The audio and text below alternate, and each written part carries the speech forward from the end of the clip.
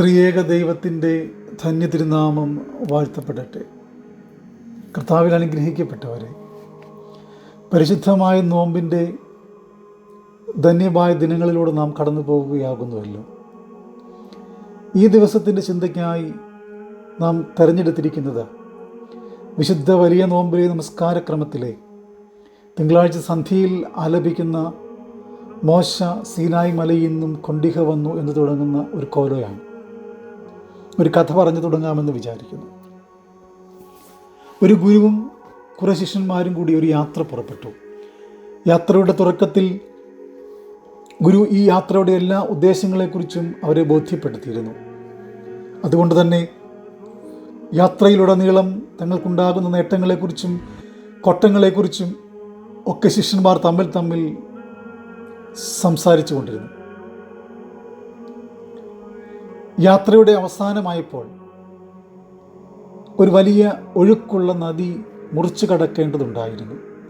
നദിക്കരയിൽ നിന്നുകൊണ്ട് ഗുരു പറഞ്ഞു, ഈ പുഴ നീന്തി അക്കരെ ആദ്യമായി എത്തുന്ന ആൾക്ക് ഞാനൊരു സമ്മാനം നൽകും. ഇത് പറഞ്ഞിട്ട് തൻ്റെ കയ്യിലുള്ളതെല്ലാം തൻ്റെ ശിഷ്യന്മാർക്ക് വീതിച്ചു കൊടുത്തു. എന്നാൽ നമുക്ക് പോകാമെന്ന് പറഞ്ഞതും ഗുരുവിന് മുന്നേ ശിഷ്യന്മാർ വെള്ളത്തിലേക്ക് എടുത്തു ചാടി നീന്തി കഷ്ടപ്പെട്ട് അക്കരയെത്തി. അടുത്ത നിമിഷത്തിൽ അവർക്ക് ബോധ്യമായി, തങ്ങൾക്ക് കൂടെ ഉണ്ടായിരുന്ന അല്ലെങ്കിൽ തങ്ങൾക്ക് സമ്മാനം നൽകാമെന്ന് ഉറപ്പ് നൽകിയിരുന്ന ഗുരു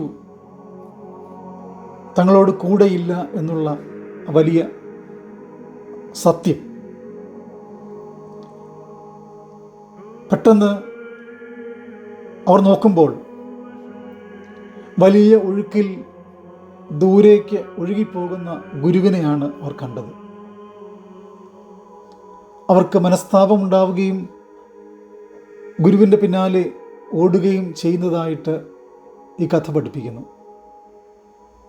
പ്രിയമുള്ളവരെ, നമ്മുടെ എല്ലാം ജീവിതത്തിൻ്റെ തുടക്കം ദൈവത്തോടു കൂടെ ആണെങ്കിലും ജീവിതമാകുന്ന നദി നീന്തി തുടങ്ങുമ്പോൾ പല ഘട്ടങ്ങളിലായി ഗുരു സാന്നിധ്യത്തിൽ നിന്ന് നാം അകന്നു പോകുന്നു.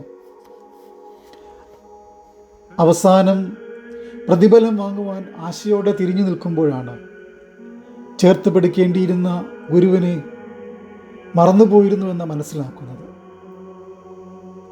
വൈകിട്ടില്ല, ഇനിയും സമയമുണ്ട്. ആത്മപരിശോധനയ്ക്ക് വിധേയമാകാം. പിതാക്കന്മാർ നമുക്ക് കാണിച്ചു തന്ന പാതകൾ വിശുദ്ധിയോടെ നമുക്ക് നടക്കാം. തിങ്കളാഴ്ചത്തെ സദറയിൽ ഇപ്രകാരം വായിക്കുന്നു: ജീവമാർഗം കാണിക്കുകയും പരിശുദ്ധ നോമ്പിനെ പഠിപ്പിക്കുകയും ചെയ്ത മിശിഹാ തമ്പുരാനെ, നിനക്ക് സ്തുതി. ഈ നോമ്പിനെ പണ്ട് പ്രവാചകന്മാർ സൂചിപ്പിച്ചിരുന്നു. വിശുദ്ധ പിതാക്കന്മാർ അതിനെ മുൻകൂട്ടി കാണിച്ചു. പ്രവാചകന്മാരുടെ തലവനായ മോശ ഈ 40 നോമ്പിനെ കാണിച്ചു തന്നു. അവൻ ആദ്യമേ നോമ്പ് തോറ്റ് ദൈവത്തെ അഭിമുഖമായി കാണാൻ യോഗ്യനാവുകയും ഇസ്രായേൽ ജനത്തിനു വേണ്ടി ന്യായപ്രമാണം എഴുതിയ കൽപ്പനകളെ വാങ്ങിക്കുകയും ചെയ്തു. ഏലിയ 40 നോമ്പ് ആചരിച്ച് ഉന്നതമായ പൂർണ്ണത പ്രാപിക്കുകയും ദൈവ സംസർഗത്തിന് യോഗ്യനാകുകയും ചെയ്തു.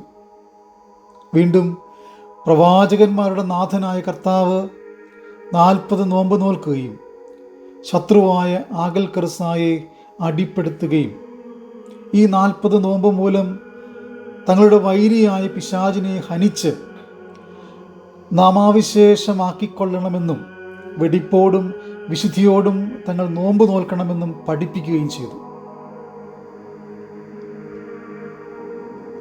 നോമ്പിൻ്റെ പ്രത്യേകതയെപ്പറ്റി വീണ്ടും പറയുകയാണ്. നോമ്പ് ശരീരത്തെ വിനയപ്പെടുത്തി ആത്മാവിനെ ശോഭിപ്പിക്കുകയും മോഹങ്ങളെ മായിച്ച് നമ്മെ ദൈവത്തോട് അടുപ്പിക്കുകയും ചെയ്യുന്നു. നോമ്പ് നമ്മെ മാലാഖമാരുടെ സംസർഗത്തിലും ആത്മീയന്മാരുടെ ശുശ്രൂഷയിലും ചേർക്കുന്നു.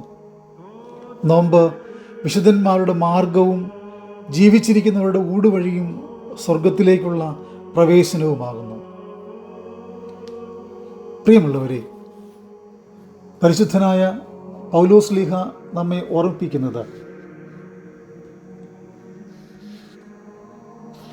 ദൈവത്തിൻ്റെ ഇഷ്ടമോ നിങ്ങളുടെ വിശുദ്ധീകരണം തന്നെ എന്നാണ്. ഈ നോമ്പിലൂടെ വിശുദ്ധിയിലേക്ക് വഴി നടക്കുവാൻ തക്കവണ്ണം നമുക്ക് ഇടയാകട്ടെ.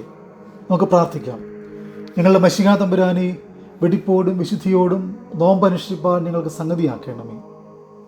യഹൂദന്മാരെ പോലെ തർക്കത്തിനും ശണ്ടയ്ക്കും ദരിദ്രന്മാരെ പീഡിപ്പിക്കുന്നതിനും വേണ്ടിയല്ല, പിന്നെയോ ക്രിസ്ത്യാനിക്ക് യുക്തമായ വിധത്തിൽ മനുഷ്യ സ്നേഹത്തോടും സൽപ്രവർത്തികളോടും ദയാസമൃദ്ധിയോടും ആത്മീയമായ ഒരുക്കത്തോടും ധാരാളമായ ധർമ്മത്തോടും ഞങ്ങൾ ഈ നോമ്പ് അനുഷ്ഠിക്കുമാറാകണമേ.